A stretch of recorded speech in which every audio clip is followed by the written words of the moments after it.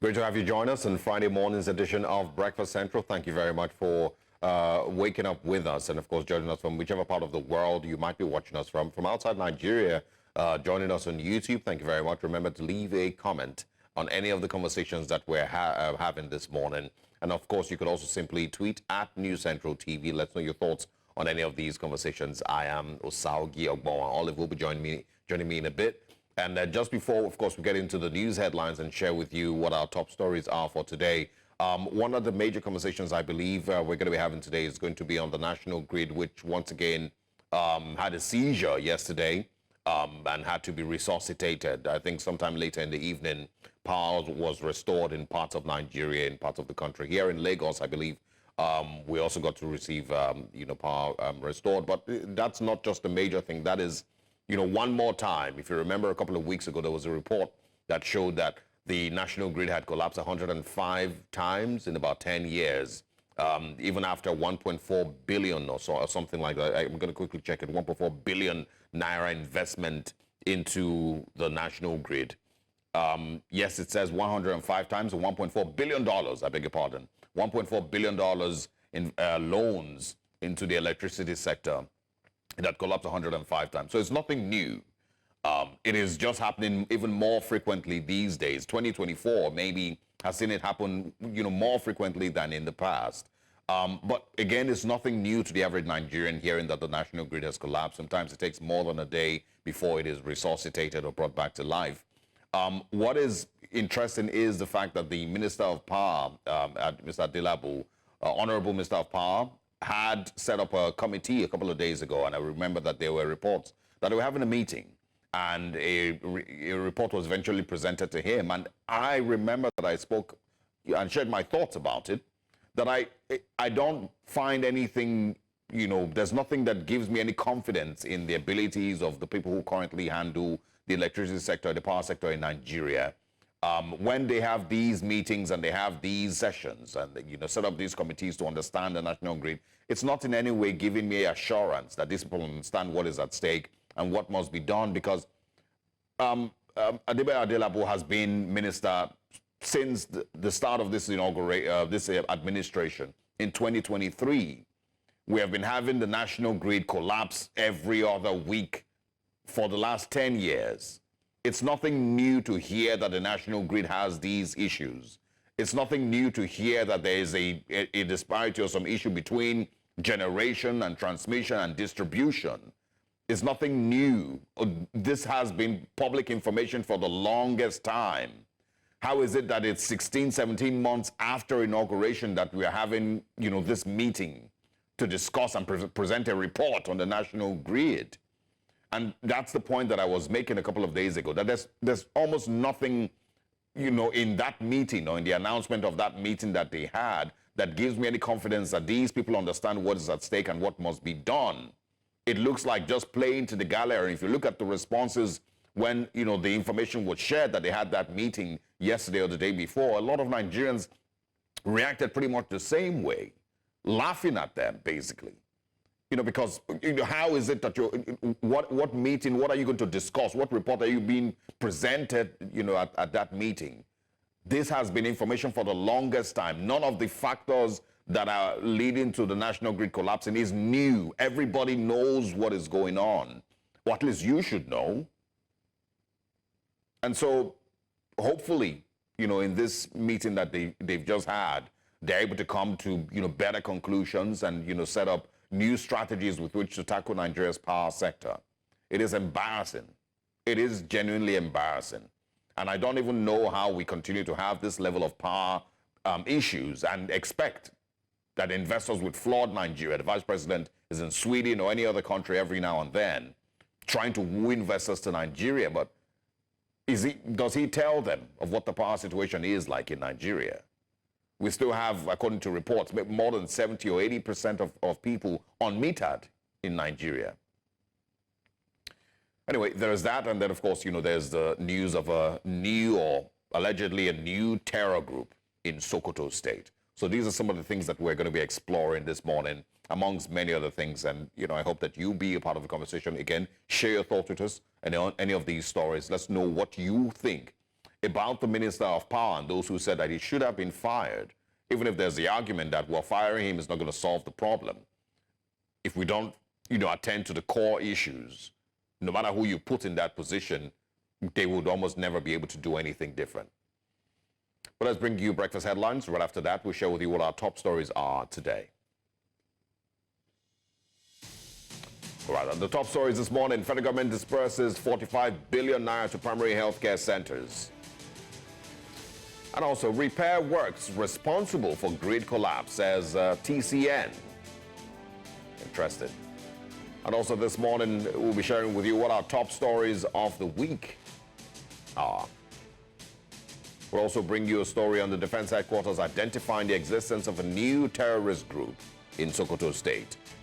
The newspaper front page is also coming your way this morning. What are the major stories making headlines across Nigeria? Stay with us.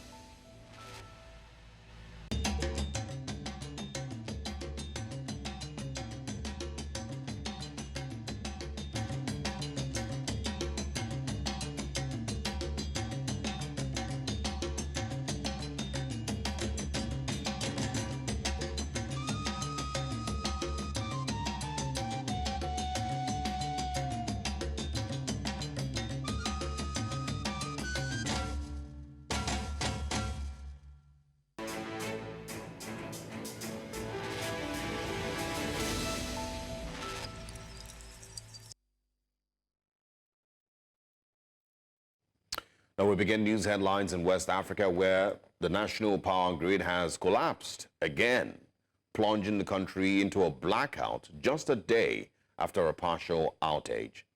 Data from the Nigerian system operator showed power generation dropped to 0 megawatts at 11:30 a.m. local time, impacting all 22 power plants nationwide. Now, this latest collapse highlights ongoing challenges for the Transmission Company of Nigeria in stabilizing electricity supply across the country. To security matters, the defense headquarters has confirmed the emergence of a new terrorist group known as the Lukarawas in the northwestern part of the country. The Director of Defense Media Operations, Major General Edward Buba, disclosed this while briefing newsmen on military operations on Thursday in Abuja.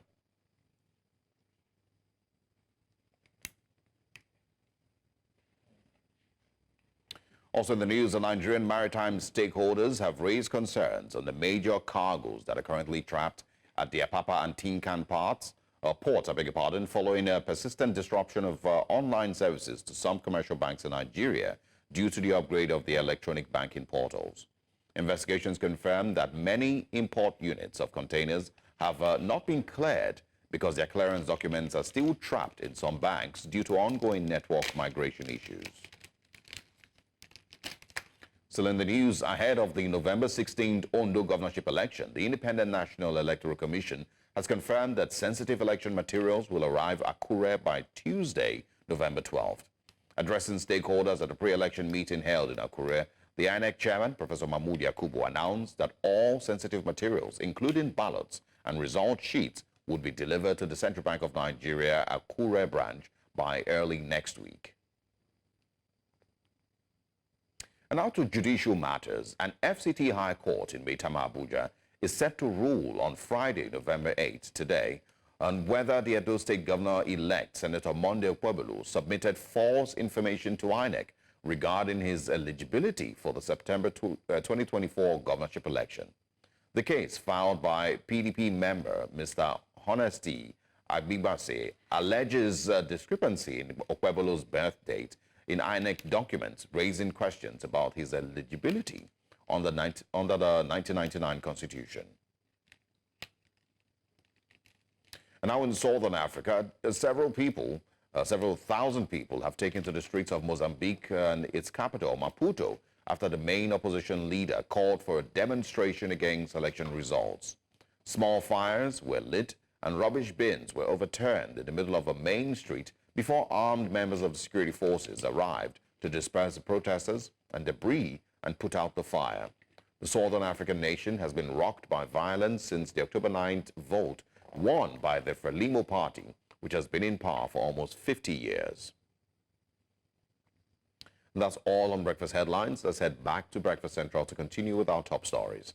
I am Osaogie Ogbonwa.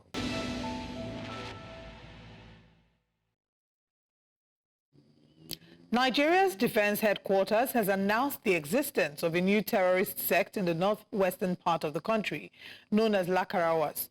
The director of Nigeria's Defense Media Operations, Major General Edward Buba, while accusing residents of some of the states in the region of embracing the group, says that they refused to report the activities of the terrorists.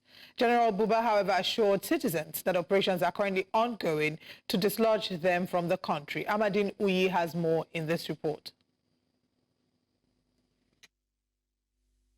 The briefing was supposed to update citizens of the ongoing operations against terrorist groups and criminal elements across the country. However, it came as a shock to those present as the director of the Defense Media Operations announced that the military had identified the existence of a new terrorist group in the northwestern region of the country. Troops are confronted with a new terrorist sect in the northwest. This sect is known as Lakurawa. The Lakurawas are affiliated to terrorists from the Sahel, particularly from Mali and Niger republics. They began incursion into northwestern part of Nigeria, namely Sokoto and Kebbi states. And like I mentioned, they came in from Niger and the Mali axis. He accused residents in the area of embracing the group, but assured that the military is already working round the clock to dislodge them from the country. When they came in, did the people see them? They saw them. What did they do? They embraced them rather than report them.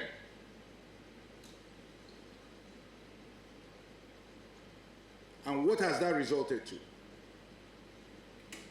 The people saw them as friends. The same friends they thought were friends have turned to foes.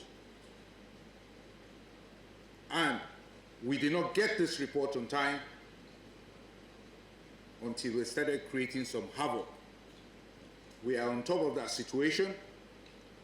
We have sustained our intelligence, surveillance, and reconnaissance, and accordingly carried out air interdiction, ground offensives to degrade these terrorists, find them, flush them, until we finally defeat them, the same way we have defeated terrorist groups in the northeastern part of this country. The director urged citizens to be security conscious and partner with the military, especially in the area of intelligence sharing. In Abuja for News Central, I am Amadine Uyi. And joining us to further expand on the conversation is security consultant and expert Oyekachi Adekoya. Good morning. Thank you very much for joining us. Good morning. Good morning to the viewers. All right. Does this come as a surprise to you, the emergence of Lakurawas? I think for a number of people who are not in the security space, there's a bit of panic, and we've started to see a number of people express that. But as someone who's in the security space, does it come to you as a surprise? No, not at all. You can call them Lakurawas, you can call them ISWAP, you can call them armed criminal groups. They are who they are. They are armed criminal groups operating in the Sahel. There's nothing new about their operations. Names will change every now and then, but the actors are pretty much the same. So they are within that belt where we've been complaining that you have what I like to call black market operators. So you must understand that in the interplay of international politics and the rest and some geopolitics, some of these actors are part of an influence operation, and they operate on the fringes of certain territories, you know, influencing sometimes local happenings, exerting pressure, you know, masquerading as jihadists. There's nothing jihadist about them. At the heart of the operation are all economics, some economic interests against our own national interests. So it's nothing new about the name. as at today. He mentioned that they came in from Niger and Mali. Is there something to worry, with that detail? No, it's just a convenient excuse to say they came in from Niger. You can say that since the coup in Niger, there's been some destabilization. Of course, Mali has its own issues with Islamic groups. You see the fight between France and Russia in some of the parts of those countries. You've seen some Russian groups interdicted and ambushed, as it were, killed in Mali. So the Sahel region has been destabilized for the last 20 to 30 years. So in whatever name or form or shape they present themselves at, it's nothing new. It's just, it's what you call in my language, ariwoja. If you go to the market, you hear traders, hawking their wares and making all that noise.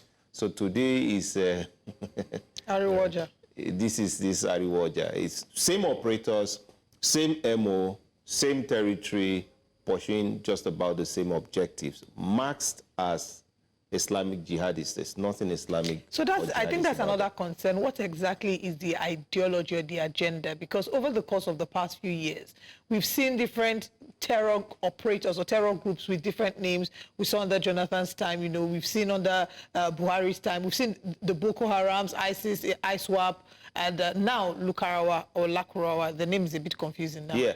But, so what really is the goal and the agenda of what they're trying to push for? So it's most times with these operators, it's difficult to isolate them to local agitations. So you could say, okay, maybe it's a group that has a quarrel with their own local government or state government or national government, as it were. But once you begin to see them morph into transnationalism, you then must look beyond the surface to unearth what are the issues behind them.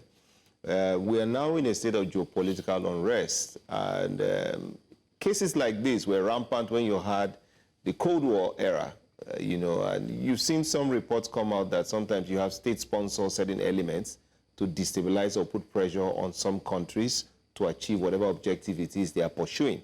So you cannot isolate some level of influence operation in some of these things. When they begin to move from Niger to Mali to Libya, there is a network that supplies weapons. Sometimes our own forces have complained that these guys have intelligence. They have good intelligence. Because you ask, what are you fighting? The Nigerian army is one of the greatest fighting forces in Africa. We have commendable respect even in the national community.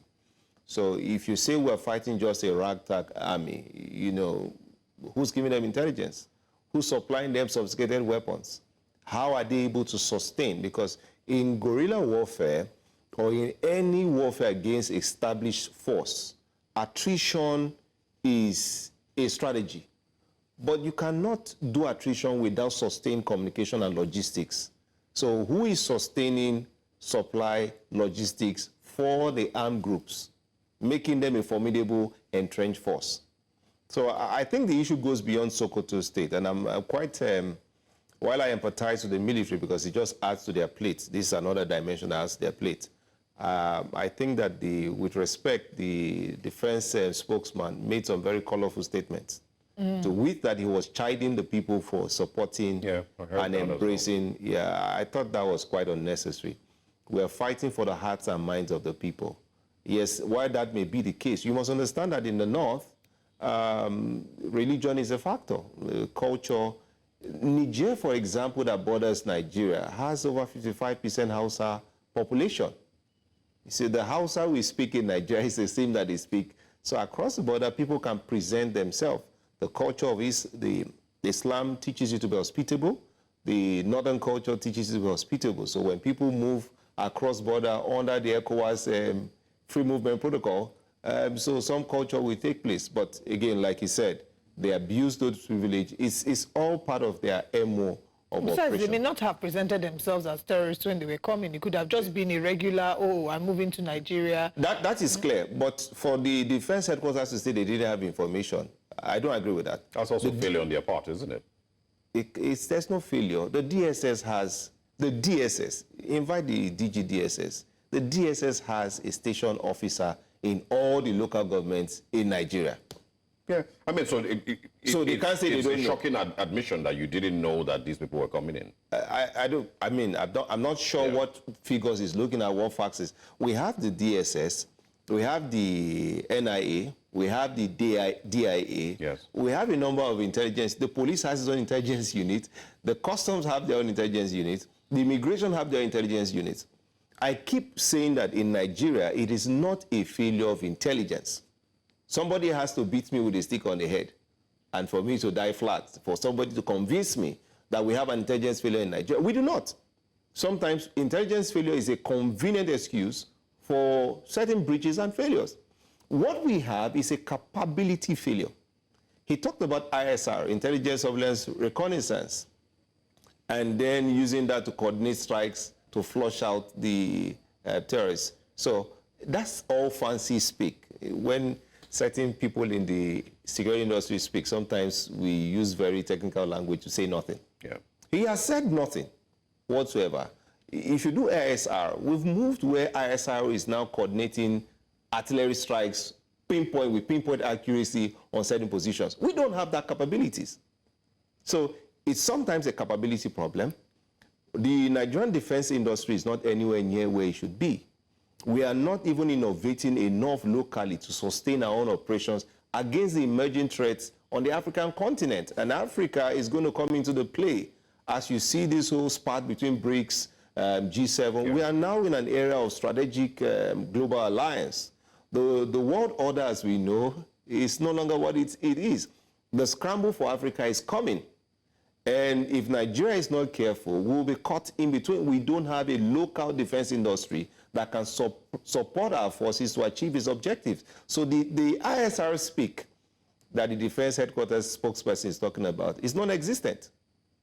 We've seen in this country where commanders of different formations purchase their own drone themselves. So I don't know what ISR is talking about. I don't want to go into some of those conversations. But I do not agree that there is an intelligence failure. There is not.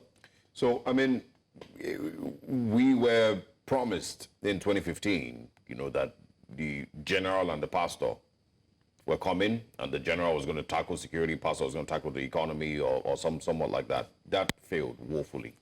Now we have a new administration.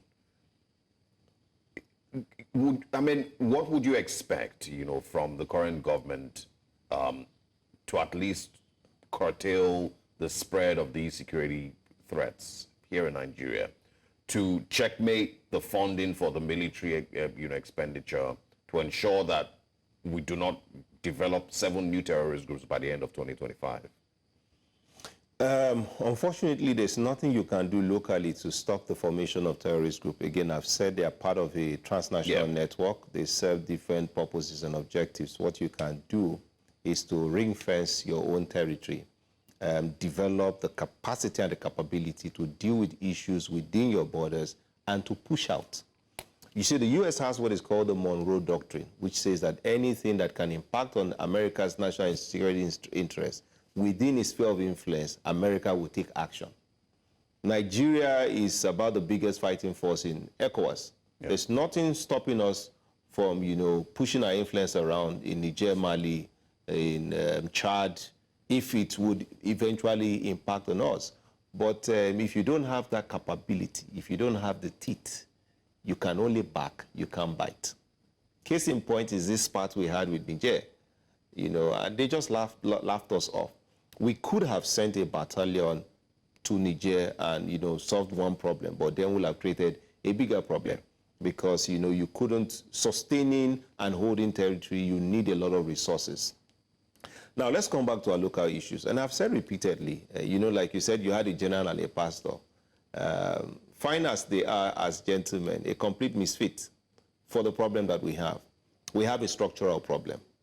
I said that this administration would not succeed in solving insecurity problem if it continues with the same order. In fact, I was in a TV station where the transmission was almost tossed when I said that because they thought it was an attack on the president.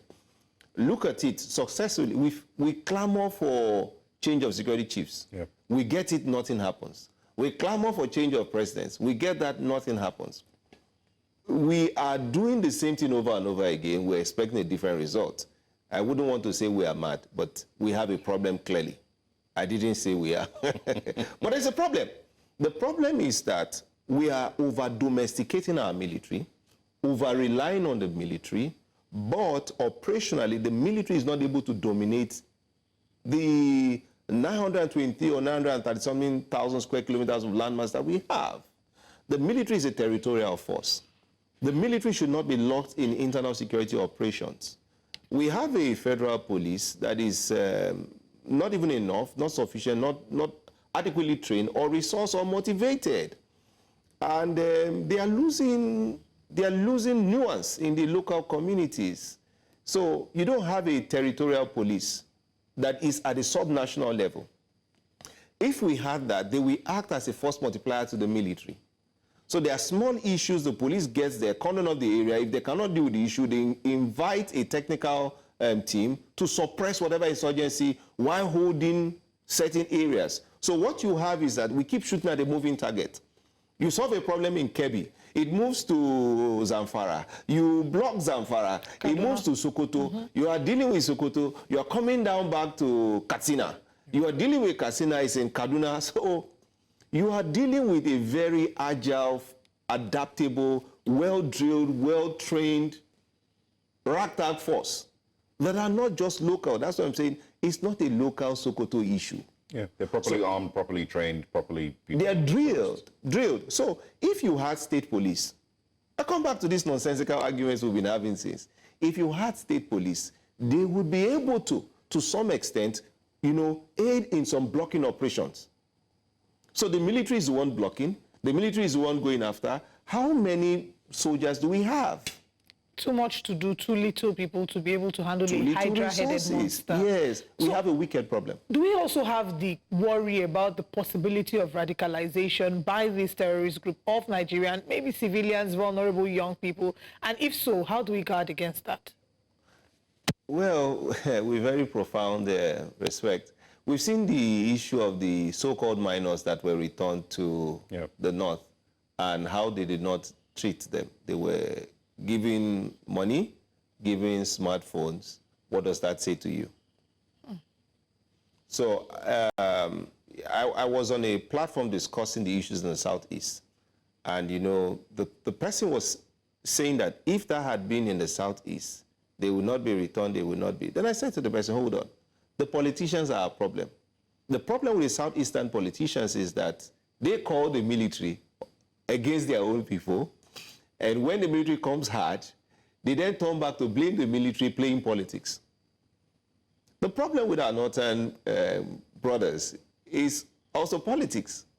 The politics of religion, the politics of convenience. When we did 1999, when the start of Sharia was going, go to Sokoto.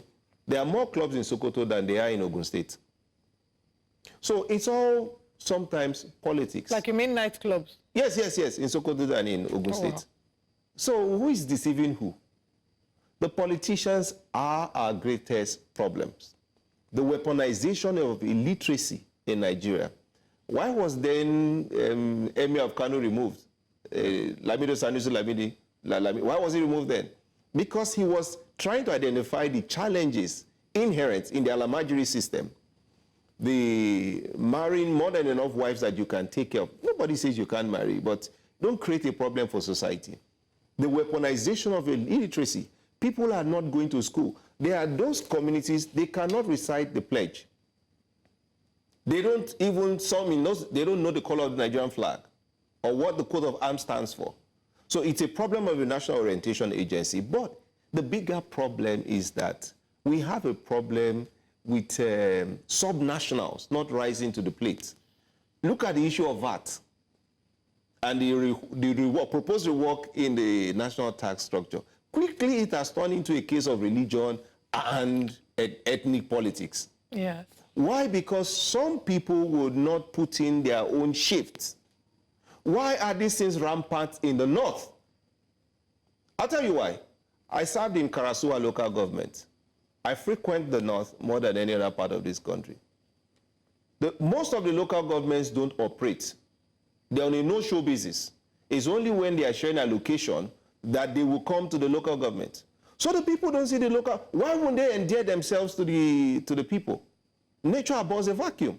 We've seen in this country where people pay security money to Ansaru to protect them from from bandits. Yes, having to do that for them to be able to farm. We've heard of situations where they have to pay to these terrorists to be able to guard them against further terrorism. So absolutely. So you look at this case in politics in America, for example. They say Donald Trump is this, Donald Trump is that. At the end of the day, people want to survive.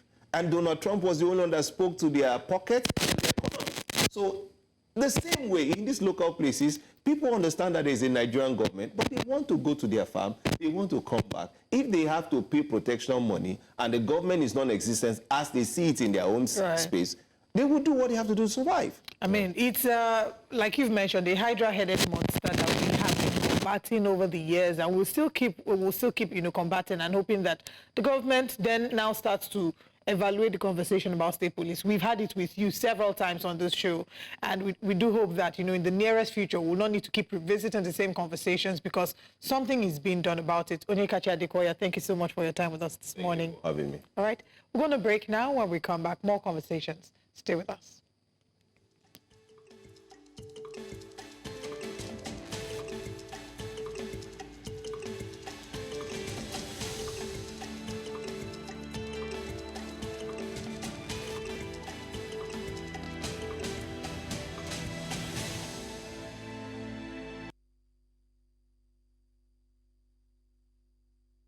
We continue to explore conversations about the challenges bedeviling our dear country, Nigeria. Now, as we move from security, we head now to power. The national power grid has collapsed once again, plunging Nigeria into widespread darkness, marking the 10th incident in 2024 and the second in just 2 days. Several electricity distribution companies, including Ikeja Electric and Ecodisco, confirmed the disruption, highlighting the growing concerns over the grid's reliability. The unprecedented frequency of these collapses have sparked public frustration as the country faces ongoing instability in its electricity supply. This latest failure, occurring around 11:29 a.m. on Thursday, has disrupted homes, businesses, and essential services nationwide. Now, in response, the Transmission Company of Nigeria, TCN, reported that efforts to restore power have begun, as of yesterday. According to TCN spokesperson Ndidimba, the grid failure was triggered by a frequency spike due to technical issues at one of the substations, which had to be temporarily shut down to avoid further complications. The grid frequency rose unexpectedly from 50.33 Hz to 51.44 Hz, leading to the collapse. Now, joining us to discuss this is lawyer and executive coordinator of NEPA Wahala NG. All right, we have our guest joining us this morning. Good morning. Thank you very much for joining us. Good morning. Thank you also for having me. All right. I think the first question will be, it's the 10th time that the national grid is collapsing this year and the second time in 2 days.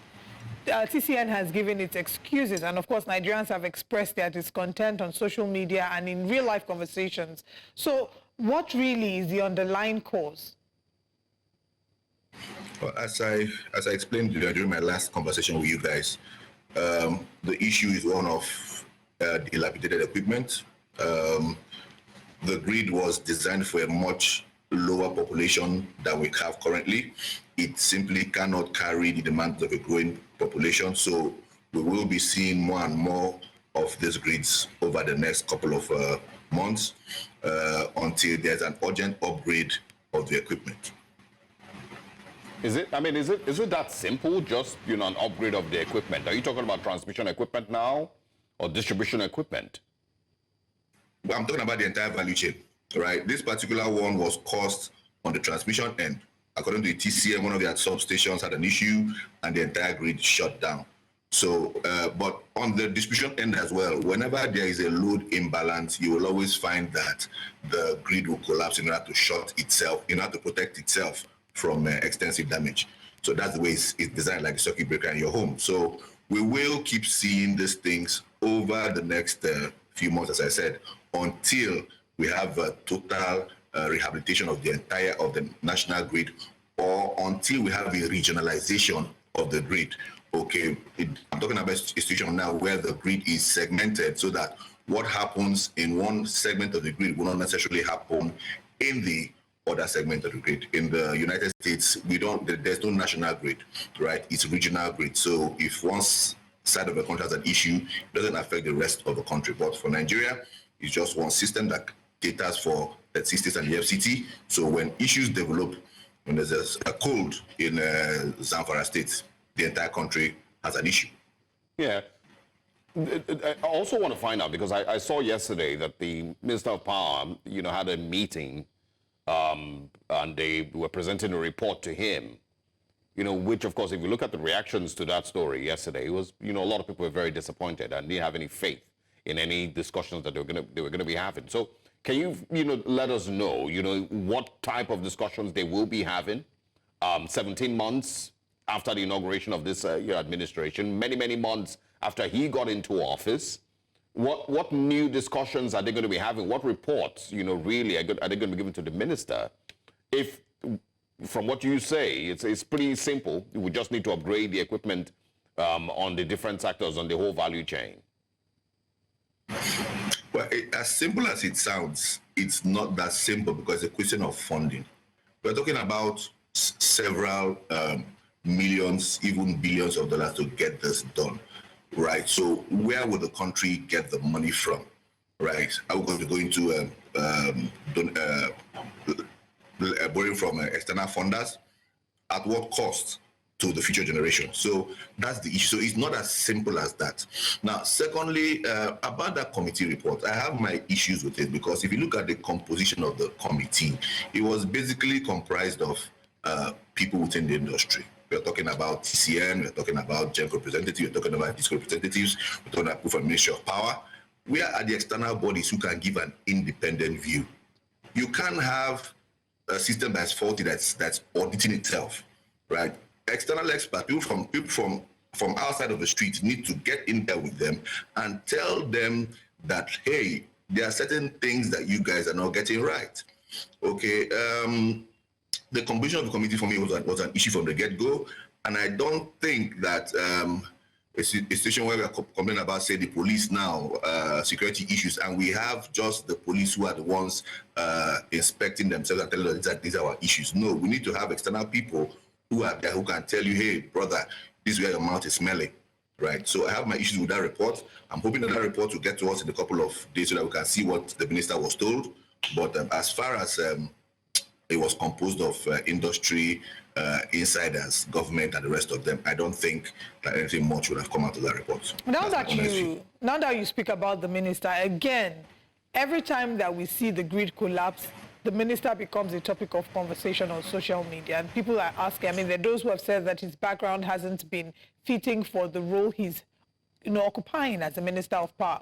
And I want to get your thoughts on how you think he has fared so far, and if you think he's fitting, or maybe there needs to be a reshuffling happening.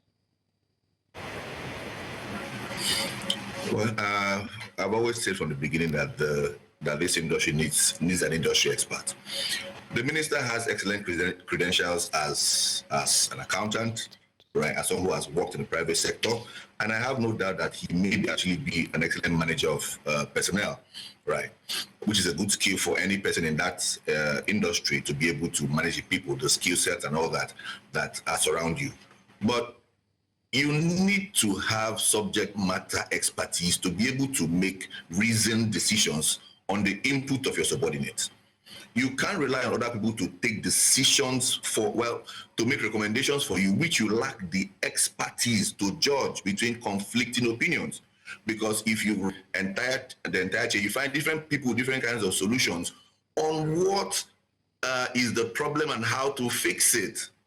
Now, who do you listen to when you don't understand the fundamentals of the industry? How do you make your decisions? So that's my gripe with the minister. He seems like an excellent gentleman to me, but that issue of lacking subject matter expertise will keep dogging him.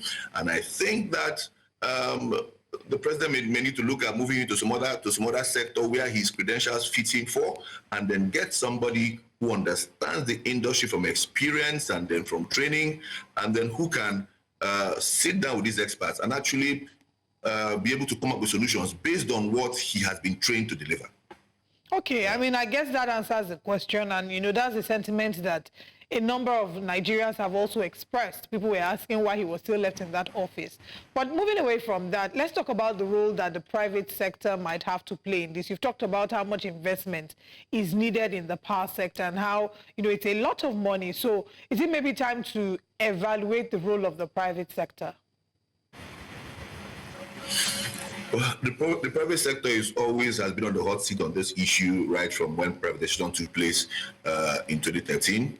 I think the entire process of privatizing the downstream and the generation sector was not properly handled by the government, right? And we are seeing the effects today, right? We are seeing that the private sector, these investors, did not meet up with their investment targets, with their capital expenditure targets in the industry. We saw this happen, and you see the domino effect now. You can see how many of these discos have been taken over by their lenders because they are not functioning. They are not functioning optimally, right? Revenue targets are not being met, and as long as revenue targets are not being met, then the prospect of even getting other investors to come into the sector reduces on a daily basis. Okay, now we are seeing better reports now of the discos being able to meet and even exceed their revenue targets. The figures, the data coming out from Electric and Electric are very encouraging. But across the industry, all that discos are bleeding cash. There is insufficient revenue assurance due to lack of effective metering. Government is taking steps in that direction. They set up bilateral trading where discos can talk directly with the gencos and then buy power from them, and then they're getting 100%. But even on that, before that can actually take proper effect on the economy, the discos still have to meter the customers who they are getting that bilateral, who they are getting power from that source on. There must be 100% metering, because for this one now, it is pay as you take. It's not pay as you use, it's pay as you take. So again, one of the things that the government has done recently was the passage of the Electricity Act, and then allowing the state government to take control of the electricity market. Well and good. But I think that process is also not being properly managed, right? I think the states are being a little bit hasty in taking control of their markets when really the markets are not that developed to be able to handle the allocated load to those states, right? When I talk about handling the load, I mean talking about paying for the load. Because from October this year, for example, now for Edo State, which has fully taken over their market, from that date, the federal government stopped being responsible for the shortfall between power supplied and revenue generated. The state becomes responsible for it. A subsidy will have to go into effect almost at once. Can they handle it? Lagos, that has the capacity to handle it, has not yet taken control of the electricity market. What does Lagos know? That is, don't appear to know that they are being a little bit cagey about taking this step. Okay, so a whole lot of things are in play right now, and I'm hoping that when the dust eventually settles, that there can be a way forward for the industry. But as I said when we started, we're going to be seeing more frequent grid collapses in the next few months until there is an upgrade in our distribution, transmission, infrastructure. And this is not good news. It's very discouraging to hear this.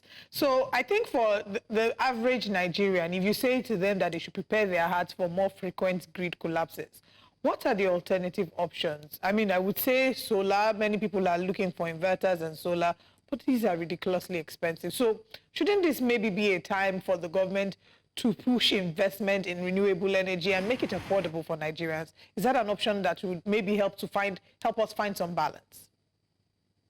Yes, I think the government should do that. And I've gotten reports that they've started doing things along those lines, making credit available to civil servants for them to be able to acquire solar systems, right? That's just the way forward for anybody, right now. People should also consider looking at financing options for those who are not civil servants, businessmen or what have you, right?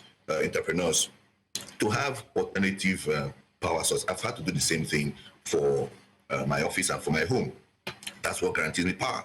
When I looked at the cost of having to buy fuel to run my generators in the office and the limited amount of power supply in the office, I have maybe like 3-4 hours guaranteed. So I have to be in the office for 8 to 10 hours and only 3 hours on power supply, and then the remaining 7 on backup generators. The price was crazy, the cost was crazy. So I had to talk with my bank and got a good deal for them to finance alternative power solution for me. And I'm sitting pretty, I'm enjoying that facility, and then paying for the the hybrid power system with maybe about 20% of the amount that I would have been spending on fuel for my generator in a month. So people have to start exercising ingenuity and thinking of what that means that they can leverage on to have alternative power supply, because I'm telling you that things are going to get worse before they get better. We are in for a really tough time when it comes to power supply in this country. Yeah, I also want to, ask, I think you already said that we would see more grid collapses, which of course Olive has mentioned is pretty heartbreaking. Nobody knows when the next one's going to happen. It's going to be tomorrow, or it's going to be on Monday morning. It's really, really painful. But I want to know, right, now we've established what the main challenge is. What do you think should have been the very first steps that the minister should have taken immediately he got in? Should it have been, either looking for funding to redirect to these sectors that you believe need infrastructure development?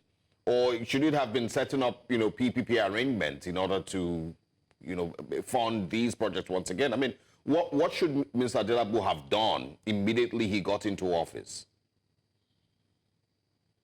The first thing I think he should have done would have been to declare, Mr. President, to declare a state of emergency in the power sector, because that's the heart of growth and development in the country. Now, President Buhari had done some work regarding the Siemens project, right, and then revamping the transmission infrastructure in the country. Now, there should have been an urgent follow-up on that, right? There should have been an urgent follow-up on also revamping the distribution infrastructure. There should have been a state of emergency on metering, right? Because that's the end point. That's the end point. If there is full revenue assurance, if there's money coming to the system, then, right, you can have continuous investment, you can have continuous upgrades in the system so that, right, we can, because as I said, the problem is dilapidated equipment. If money is coming in, discos can invest, the GENCOs can invest, TCN can invest in upgrading this infrastructure. But when they are battling day after day, day in, day out, with a revenue deficit, when the government is having to taking precious resources, right, to bridge the gap between revenue generated and power supplied, with the competing interest in the economy for that revenue, it's a problem. It's a major problem. So the first thing that they should have done was look for funding sources to bridge the metering gap. Urgently meter every single customer in this country. The inefficiencies in the sector are so great in that particular area. It's so bad. You can see customers in one house, in one premises. You can see 5 of them. They are on one bill, right? They're talking about the bill. They're saying estimated billing, right, is too high, is too high, is too high. But for the 5 of them, if you break it down among each of those persons, the bill for that premises is way too low. The discos are losing cash, right? The system is losing cash. So the first thing they should have done is to address the metering gap, address it very, very aggressively. So once the revenue starts flowing in, then some of these things begin to correct themselves. Right, but right now we have inadequate data on how many customers we have on the grid.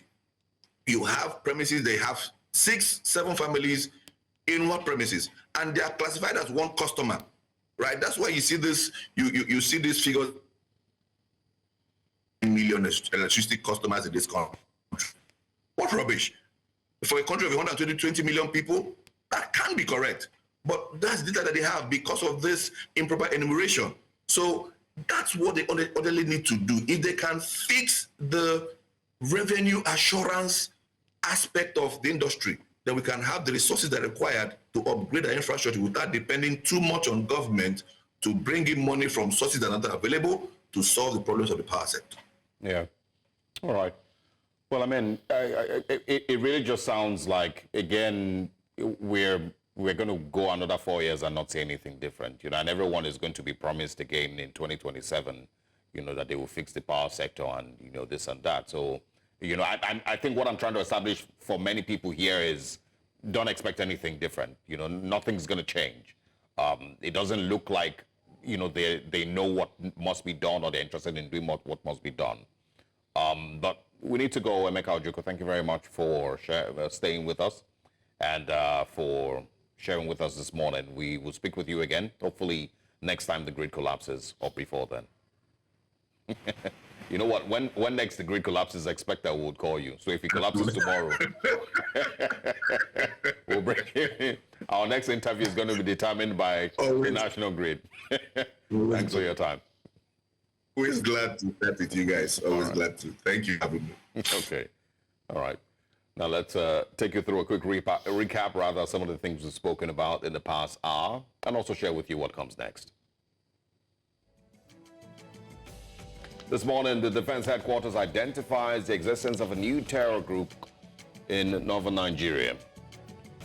Repair works responsible for grid collapse, says the Transmission Company of Nigeria. And also, INEC assures sensitive materials to arrive November 12th in Akure. But that's not all this morning. Let's share with you what's coming up next. Coming up next, federal government disburses 45 billion naira to primary health care nationwide. The newspaper front pages will be taking you through that, and you can call in as well. We'll be sharing with you what our top stories of the week are.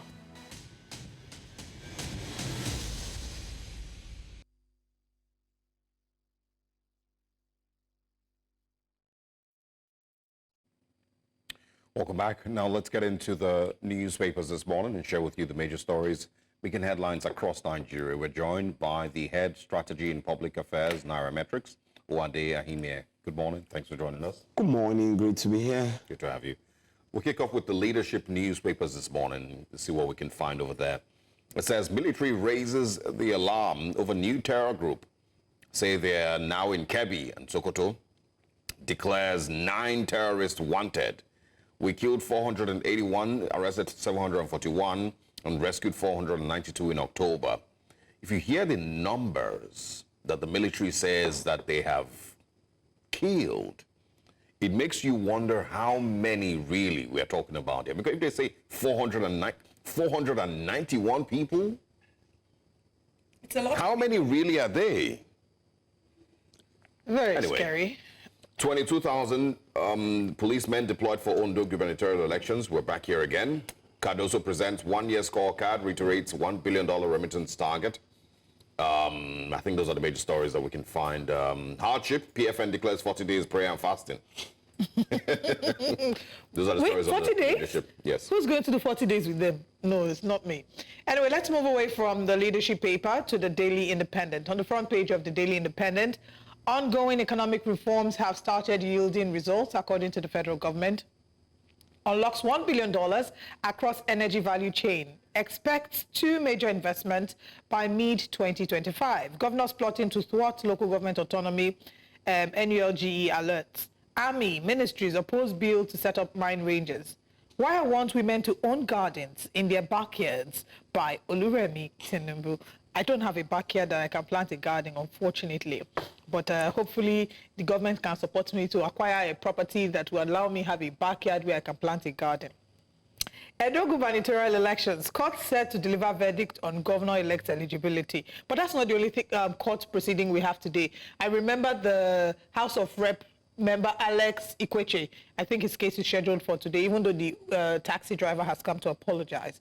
Fix PDP to pull Nigeria out of critical state. Makinde charges party leaders.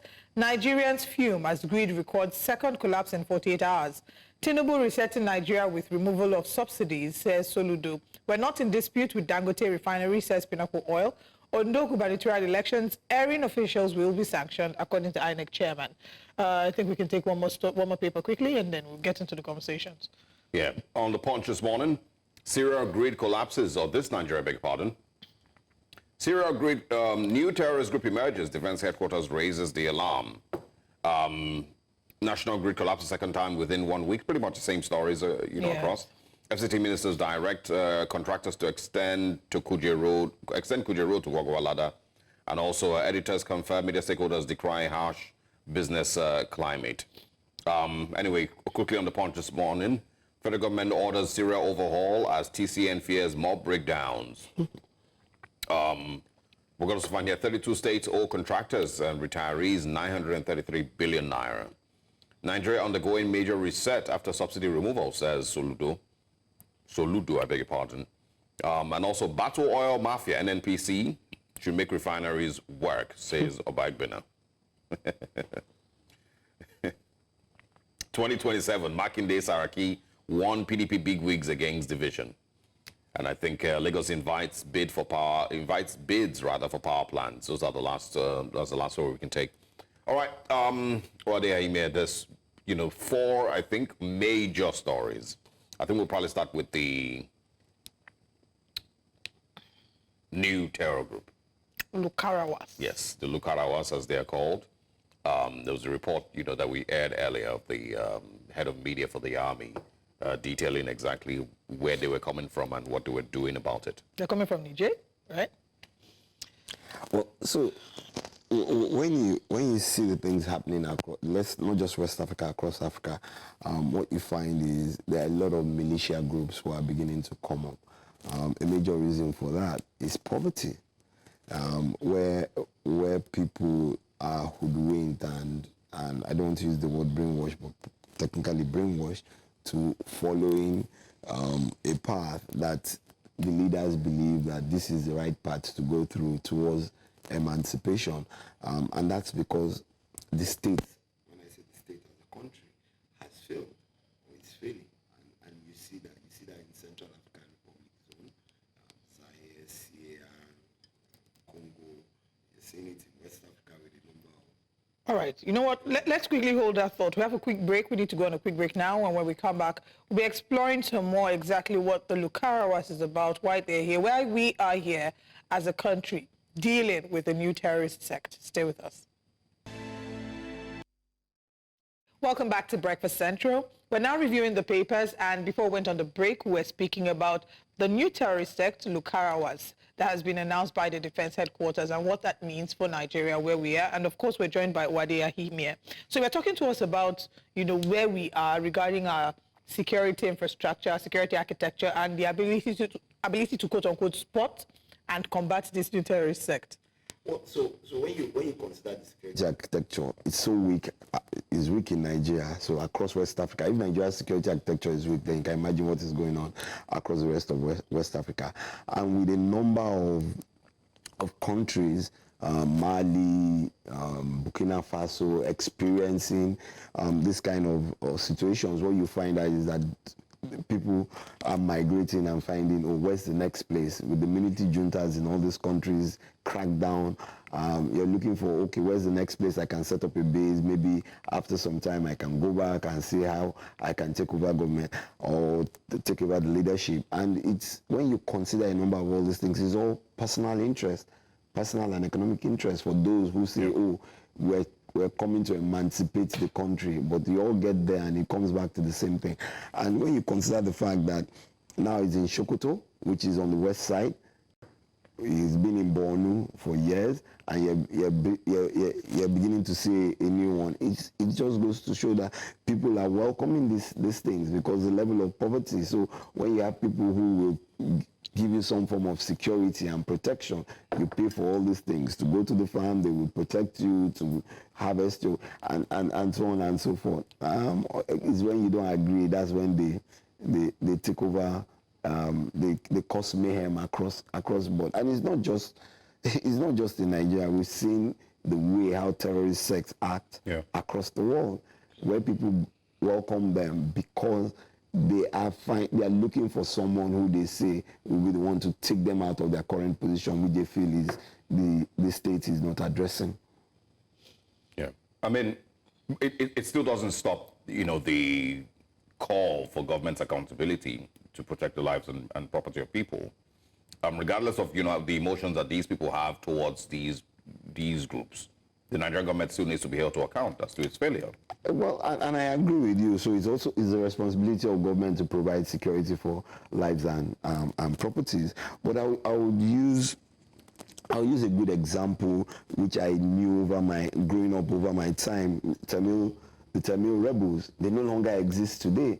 Why? Because government was decisive, and sometimes the actions that you need to take would hurt innocent citizens, but sometimes you just need to take those actions so that you can rebuild.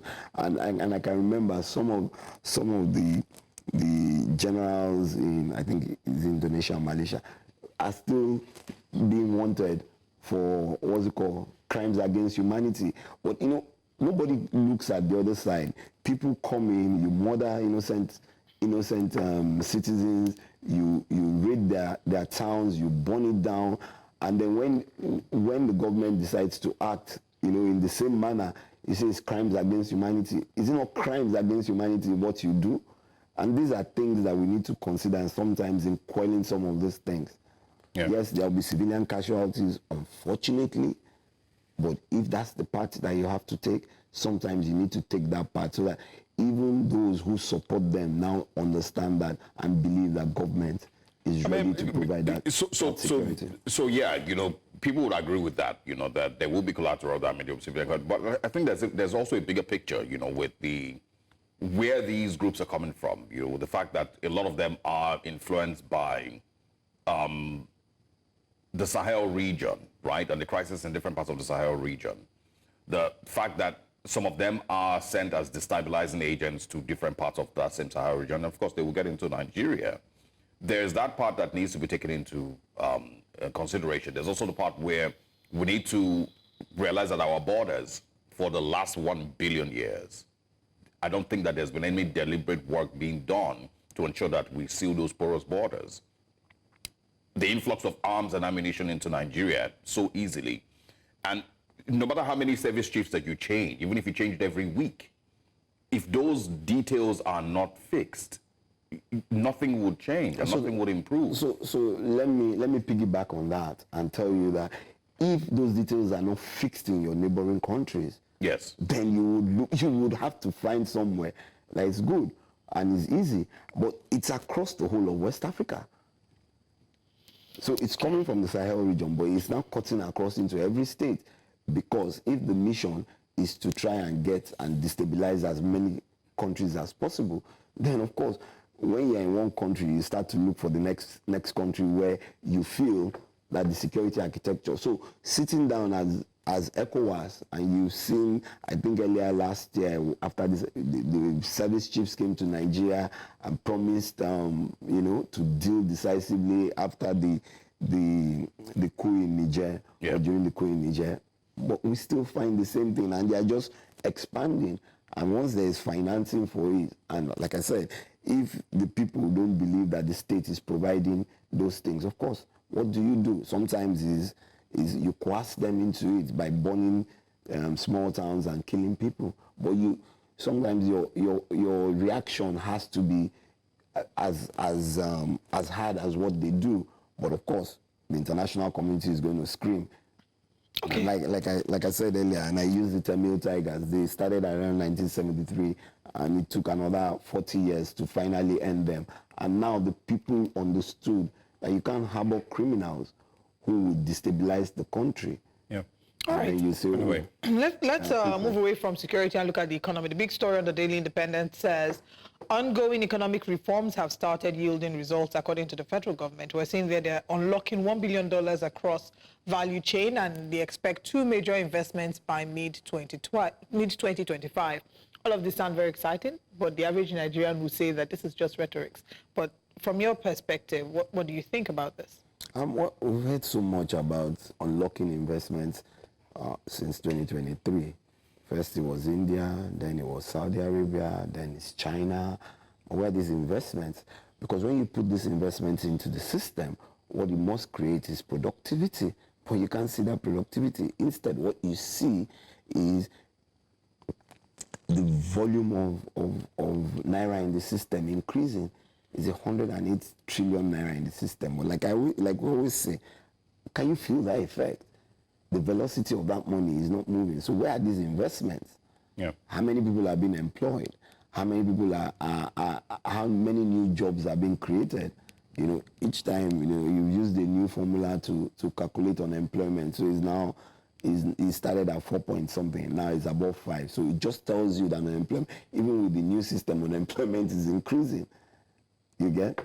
And another 10 to 12 million have been pushed into multidimensional poverty. So from 133 million Nigerians to 145 million. And these, so where are these monies or these funds that you are unlocking, and where's the impact? If there was so much impact, I don't think the grid will collapse 10 times in 10 months. Okay. So are they just lying? Well, I don't think they're just lying. I just think it's the approach and manner in which you're implementing your policies. I think they have some very good policies. When you piggyback on the fact that if you look at the CBN, for instance, and the monetary policies that have been established and how they are continually trying to get inflow. And then the second part of it is revenue generation. If you cannot tackle the issues in crude production to hit at least 1.8, 1.9, minimum 1.7 to 2 million barrels every day, then we're just a far cry. So what's the next thing? You go to taxes. And a report came out yesterday that Nigeria's, what's it called, VAT and WHT has increased. But is it in real terms? Yeah. That's the question. All right. We'll come back to this, but let's quickly make a connection to our correspondent, Niyi Omoniyi, who's on the ground at the End Bad Governance peaceful protests going on in Ikeja. The peaceful protesters are asking the federal government to release all who are still in custody. Niyi Omoniyi joins us this morning with the updates. Good morning, Niyi. Where are you and what exactly is going on there?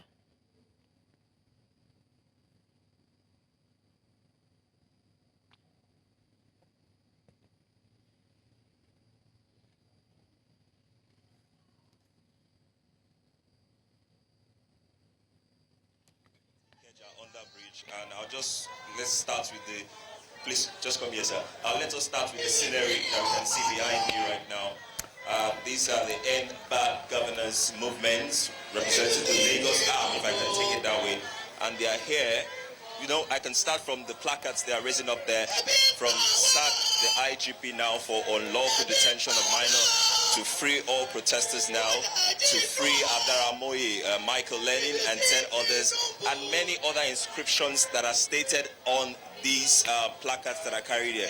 We are currently at Ikeja Under Bridge, as I've mentioned, and if you just look to my right-hand side there, I'm seeing a handful of police officers in their riot gear, which is you know, a little bit cause for concern, because naturally when we see this kind of convergence around this area, even if it's a protest, we don't see them in their riot gear. They just come in their normal uniform which they use to move around. But now we can see them, they're in their riot gear, and we can see a handful of them also tactically positioned at various areas here. What is happening here is already generating a lot of tension, and if you can see behind me here, a lot of onlookers, people are waiting to see what will happen. But I'll let one of the organizers of the protest to actually speak, and let's talk about the demand. So wait up. I understand, from what I can hear, one of the reasons why you're going for this protest, or this rally as you put it, is calling for the release of all the remaining protesters. But I can remember vividly that these protesters were arrested during the first protest, and now you are protesting for the release of the remaining protesters. Help me make it sense. Help me make sense of this. Well, it doesn't make any sense, really. But it's the situation we have found ourselves in this country, that under a so-called democracy, the right to protest, the right to freedom of lawful assembly is not being respected. Rather, peaceful protest is now being equated with treason. And that is why, you know, we have what we have today, whereby we are protesting for the release of protesters who have been tried for protesting. It's very sad. And I think that, it's why all the Nigerian people, as well as friends of Nigeria, must actually stand with us at this moment. What we are here today to say is that no one deserves a death sentence for peacefully protest. Today is 8th November 2024. 2 days after now will be November 10, which will be the anniversary of the killing of Ken Saro-Wiwa and the 9 Ogoni leaders in 1995 by the Abacha dictatorship. For what? For protesting for environmental justice. So it means that after nearly 3 decades of Nigeria's democracy, we have turned full circle into a dictatorship, whereby protesters now faces the prospect of a death penalty today. Today is a rally to call on President Tinubu to stop this sham trial. And we think that it is not impossible to do this because a precedent has been laid. Just 2 days ago, more than 14 protesters, including children, had charges against them dropped. And the charges against them are the same charges against the people who are standing trial today. Those standing trial today are 11. Adaraboye Michael Lenny, Mosio Sodiq, Innocent Ejelof, Daniel Akode, Okpebholo, and others. Apart from them, hundreds are still in prison detention. There are 19 protesters, for instance, who are also in jail in Maiduguri. They were arraigned on Monday, November 4. Among them are 3 children aged 14 to 17. So what we are here to say is that President Tinubu has not yet done enough by releasing those 114. All the remaining protesters in detention and trial also deserve the same repeat. Charges against them should be dropped and they should be allowed to go home free. They do not deserve a death sentence for protesting against hunger and action. Let me just quickly ask this. Do you align with the school of thought of people saying President Tinubu wouldn't have even released those minors if not that he was trying to play safe in terms of child rights law and everything? Do you think it's a win for the NBAC governors, protesters, to get those kids out of there? Do I think it's a what? A win. Yeah, it is a win because without the outcry by us, by society organizations, by the Nigerian public, by the friends of Nigeria and the diaspora, President Tinubu will not have ordered the release of those protesters. So it's a win for us. Something which also shows that this government can actually be defeated. This government can be made to see reason when it faces a determined opposition. Because the government was seriously embarrassed across the world. And that is why we are also saying today that the government does not have to wait for another embarrassment. And it will be an embarrassment to sentence these people to death. Sorry, I'm trying to rush you. I just wanted us to have it on time so that we can get what this document you have in your hands is for. Let's quickly talk about the charges here. Because if it's easy, as you said in your press briefing a few days ago, if it's easy to waive the charges for the minors, then it should be easy to waive the charges for the adults as well. Let's talk about the charges themselves. What do you think of those charges? They are trumped-up charges.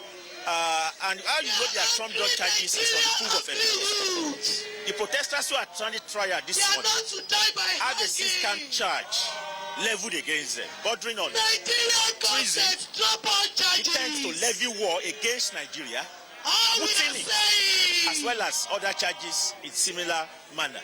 But if you look at the proof of evidence against them, I can read it out.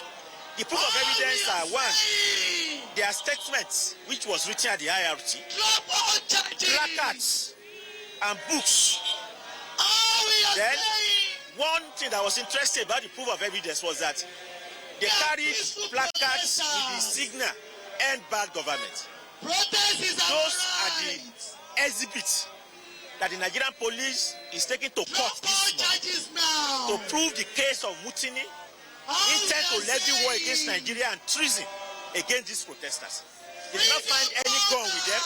They did not even find any Russian flag with this backup. I was waiting for you to mention the Russian flag because you mentioned in your press briefing that there was a reason because it's bearing Lenin. One of the protesters. The only reason one of the protesters, for instance, was arrested was because he bears the nickname Lenny. His name is Adaramoye Michael, but in the pattern of the tradition of the student movement, everybody bears the name of revolutionaries they love. And he decided to bear the nickname Lenny, which belongs to the Russian revolutionary who led the revolution in Russia in 1917, Vladimir Ilyich Lenin. That is why Adaramoye is standing trial today. Because you can remember that one of the people who have been charged with them, who is actually, who was not arrested, the British national, Andrew Wayne, the police decided to tweak his name to sound Russian in order to sustain that agenda that is a Russian plot. So that is why we are saying that there's no substance of truth, no grain of truth. And the judiciary, the chief judge of the federation, should not allow the police to continue to waste the time of the court on this matter. Should not allow the police to continue to desecrate the court with this matter. They should be discharged and acquitted. That is what we want. Okay, finally, I understand you have a document here, and I was overhearing you mention that this document will be submitted to a particular office. Put me through that, and let's understand where, because I heard you say Chief Judge, and I want to ask, is it because you feel that the AGF interceded in the particular case of the minor at the federal level, that's why you're finding it appropriate to take these documents? Just let us know where to from here. Yes, we are taking it to the Chief Judge for our transition to the Chief Justice of Nigeria. Because we think that the Chief Justice of Nigeria has a responsibility to ensure that civil rule, is sustained in this country. And that the judiciary does not become a pliant tool in the hands of the executive to continue to attack democratic rights. So that's why we are taking this document to the CJ, Chief Justice, with the hope that this will be transferred to the Chief Justice. And at that level, efforts will be made to ensure that the protesters are pardoned. A copy of this letter will also be transmitted to the Attorney General of the Federation, as well as relevant officials of government. But we think that it is important to march to the Chief Justice of Edo State to demonstrate our interest in seeing the judiciary being saved from further desecration. We are also going to have lawyers joining us on this march who are also going to demonstrate their own aversion to the way the court is being used by the executive over the past few days to erode democratic rights. But it's unheard of that a court would subject children to the kind of trial we saw last Friday. It's also unheard of, and it should be unheard of, that a court in Nigeria, after 24 years of democracy, will entertain a case of treason against peaceful protesters. We want judges to also demonstrate the courage to say no to the dictatorship or any dictatorial tendencies of the executive.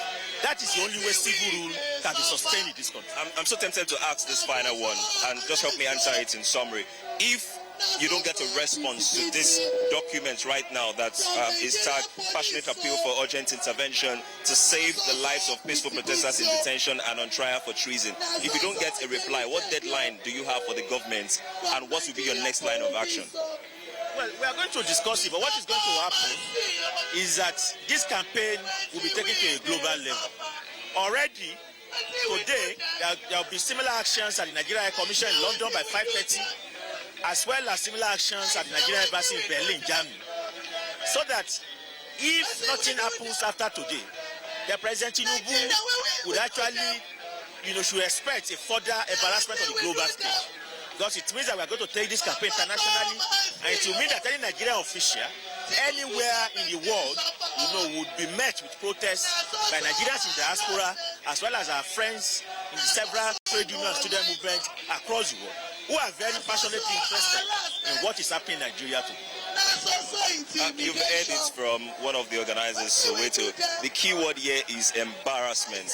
With the protest, they are trying to embarrass the government so much that they will be able to make a move, or they will make a move and release all protesters in detention. As you've heard him, today also coincides with the trial of 11 other protesters who were arrested during the End Bad Governance protest between August 1 and August 10. Thanks very much to Nee for covering the protest there in Ikeja, and I'm sure that it would go on for the rest of today. We hope that it remains peaceful and their voices are heard. They do have legitimate reasons to be protesting. Let's now quickly come back to the studio. We still have Wade Ime, who's here with us. You can quickly just share your thoughts on that one. The minors that were released a couple of days ago after the president, of course, gave an order that they be set free. Then, of course, prompted people to ask, well, what about the other protesters? It's not just this 114 or so that were protesting. There are other people that are arrested and tried with treason as well. Why aren't they being released? Or are they not being given the same phones and 100,000? Exactly. Okay, maybe because they are not the same minors. amnesty. They're not minors as well. I don't understand. If minors commit offense, then they go to juvenile court. Yeah, the lawyer now, please correct me if I'm wrong. Well, typically, Exactly. should And if the offense warrants them to go into reprimand, you put them into juvenile homes. it would be that maybe I think the perspective that they're looking at it from is because there's been an abuse, not just for the minors, but even for the adults as well. But and what I'm saying is that there is a justice system, and when we do not practice those things and think that because the president said you should give them amnesty, yes, the president has a right to give people amnesty. You get? Yeah. But it's like, oh, let's thank our father. No.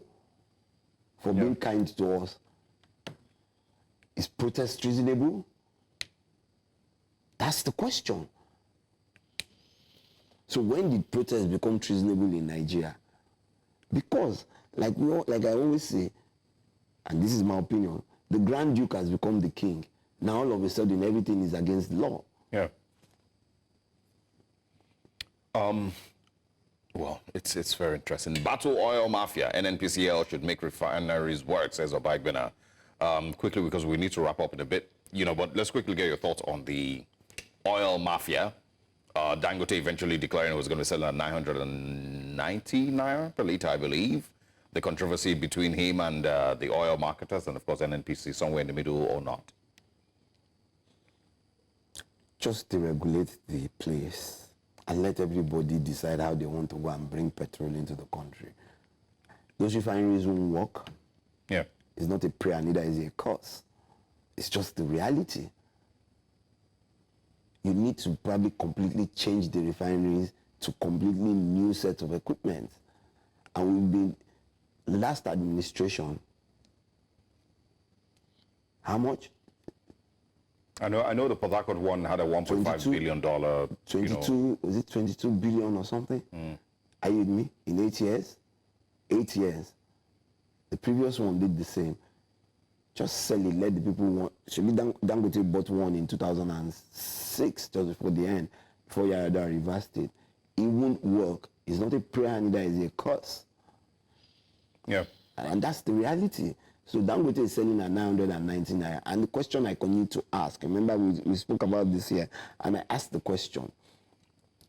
Yes, you're selling crude to him in naira. At what exchange rate? Nobody has provided the answer. Because that's the reality on ground. So whether you import it from Port of Benin, just across the, what's it called, and you just go there and see the vessel and buy, or Dangote, the crude is demarcated or denominated in dollars. Yes. And so how much is the exchange rate? Because if I have to buy dollar cash and go and, or transfer dollar, it costs me money from the banks. So what's the exchange rate? Is it 600 naira to a dollar? Of course not. Minimum is the official market. 1,600-ish, yes. Or you give a discount because the government has the right to do that. So you want to give him 1,000 naira discount or 400 or 600 naira discount, it won't work. That's 600 naira in subsidies. Okay. I mean, but are you then saying, that there's no clarity, first of all, with the exchange rate, no clarity as to what exactly has made Dangote's price in 990? And should Nigerians know that? What makes yours 990 naira? What are the details? So let him give what us is the your details, production because cost? me, I can tell you that for imported products, there's a clear template for pricing. Which we've always seen. Exactly. So tell us how you priced it at 990 naira. Let's be transparent in that space. And like I said, and I think I've mentioned, and this is my opinion, for as long as the president of the country, and I'm not speaking about this current, Obasanjo, the only administration that had ministers of petroleum resources was the Yaradua and Jonathan administration. Man, I don't, honestly, these are stories that we take all the time and you really don't know how to feel about them. Well, you know. just stop feeling and leave. Let the poor breathe. That's what they said at the beginning. The poor don't feel like they're breathing. But and we always think that we're rich because we're sitting down here wearing suits. Really? I've never thought so. Exactly. So we are part of the poor. That's what I'm saying, that they should allow all of us to breathe. Exactly. Thank you so much for joining us. It's always a pleasure to have you. All right, we have more conversations this morning. We, of course, will be looking at Nigeria's healthcare sector in a moment, but we'll quickly go on a break, and when we come back, we'll delve into the conversation.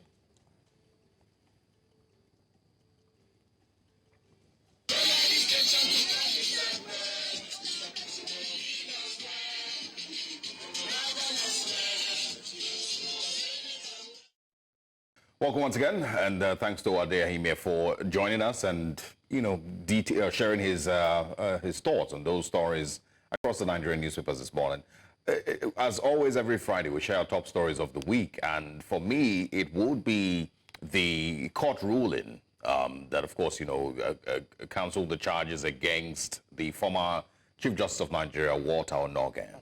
And my reaction earlier this week is no different from, you know, my reaction today. And it's really just pointing out that, you know, reminding us as Nigerians that we should not forget the damage that has been done to our institutions in the last couple of years by government and political figures who have, you know, because of their interest in politics or because of political gain, have destroyed and damaged our institutions here in Nigeria. It's not new, but it seems to have gotten way worse in the last couple of years, mostly under the previous administration.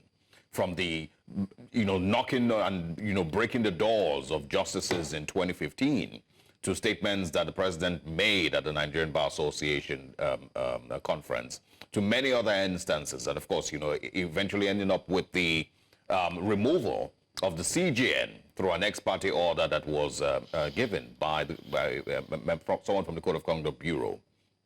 But the point is, Walter Onnoghen had a 30-year-plus career that was eventually thrown away for political gain, as it seems. That 30-year career that was filled with many, many wins and successes that eventually led him to the peak of his career, being the Chief Justice of Nigeria, was easily discarded just for political gain, from what it seems, to win the 2019 elections. It's an important detail to point out that these are some of the things that have led to damaging of our institutions, including the Nigerian judiciary as we see it today. We see the Nigerian judiciary, and of course, you know, if you remember from the last couple of days also, we've seen the case against these 76 minors. These are some of the signs of a very, very damaged justice system in Nigeria. People have called for investigations and called for questioning from the current Chief Justice of Nigeria to the Nigerian Bar Association to the judge who gave that ruling to the prosecuting lawyer and everybody. But you can question as many of them, but still keep in mind that the main problem here is that the justice system in Nigeria is badly, badly, badly damaged because of politics and persons who have decided to infuse politics into the justice system. And that for me is my top story of the week. A merger between Walter Onnoghen's case and, of course, the release of these or the arrest of these 76 minors. And, of course, you know, the eventual meaning in the bigger picture, or the bigger picture that it basically says. All right. For me, my top story of the week will definitely be the big story that broke on Monday here at News Central. It's a story that News Central had been following for a while when we went on the search for two boys who were trafficked to Ghana. Marshal Onoye, News Central's correspondent, worked hand in hand with the Ghanaian police to free these boys. Upon getting there to try and free Daniel Duruji and Zil Unduagibe, we discovered that there were 5 other boys. There were 3 other boys, I believe, and then altogether 5 boys we rescued with the help of the Ghanaian police and our correspondent, Marshal Onoye. And I think that what that highlighted for me, because much later on we had a conversation with their parents who were here as well. And the parents shared with us the flagrant disregard for their emotions, for the fact that they were grieving the seeming, the missing of their sons. They had gone to the police to report, and the police had treated them with so much disdain, making the victims to apologize for several things. They accused them of not reporting the matter early, and, accused them of just basically not paying attention to their feelings. And it was very heartbreaking, even as we had the conversations with these mothers. And the father of one of them, Promise Duruji, I believe. And these parents had shared with us how the police that is supposed to be the hope for the common man, that is supposed to be the place that you run to for succor when you're heartbroken, or when you're hurt. Heartbroken not in the sense of heartbreak, but in the sense of your country failing to provide security in this scenario. You're missing your son. You run to the police, but the police that was supposed to help with providing information and support was the one that turned its back against them. So yes, the Nigerian police is working, and there have been several other instances where they work, but in this particular instance, they were not very helpful, and that was very important to point out. Another thing that stood out for me was, speaking with these young men who had so many beautiful dreams ahead of them, and basically highlighting the fact that poverty is still really a problem. A number of these young boys are meant to be in school. Reports reaching us was that one of them even had to forfeit his admission to University of Calabar. So if these young boys who are meant to be in school, be it secondary school or university, are out there working, trying to earn a living to support their parents, is reflective and indicative of a much bigger problem that we have as a society, where children can no longer be children. And in the opportunity of them, in situations where they're trying to then make ends meet, they become victims of exploitation, like they were in this scenario with the man who referred to himself as chairman, who's now on the run. We have one suspect in custody who's also been charged to court, but one suspect is at large. A reminder to the government that they can free 100 minors or how many minors and give them 100,000 and cell phones. But we still have a poverty problem that needs to be fixed. We need to tighten our borders, because how exactly did these young men cross from Lagos to Ghana without any form of, apprehension? Why? Yes, trafficking is a global problem. It's not a local problem.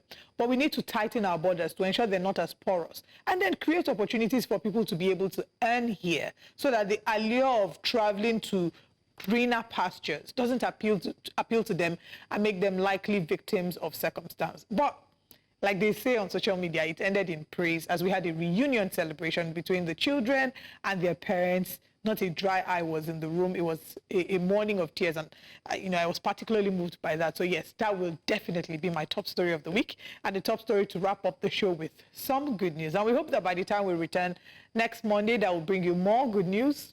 Hope. But the conversations continue over the course of the weekend. Saturday and Sunday, we bring you Breakfast Extra. Join us live at 8 a.m. We have Judith and Mazino to bring you some of the biggest stories, some that we've been tracking all through the course of the week, and some that will break out freshly by the weekend. But it's really, really been a pleasure being here, and it's been a great week so far. Yes, absolutely. And I agree with you. Trafficking happens across the world, but I think that is also, that story is also a key moment to, look closely at what more needs to be done to rescue other Nigerians that are currently stranded in other parts of the country. I hear that the human trafficking, routes through North Africa and Libya and other places are, back active, and I'm going to believe that there's definitely a few, I believe that there's definitely a few Nigerians, who are currently stuck in those places. Right. But not just in Libya, but, in any other part of the world, in Spain and in France and Indonesia, wherever they are. I hope that it's an opportunity for us to look closer at those people, and hope that we can rescue a bit more of them and bring them back home. It's an important investigation that was carried out. Look at what happened to his body.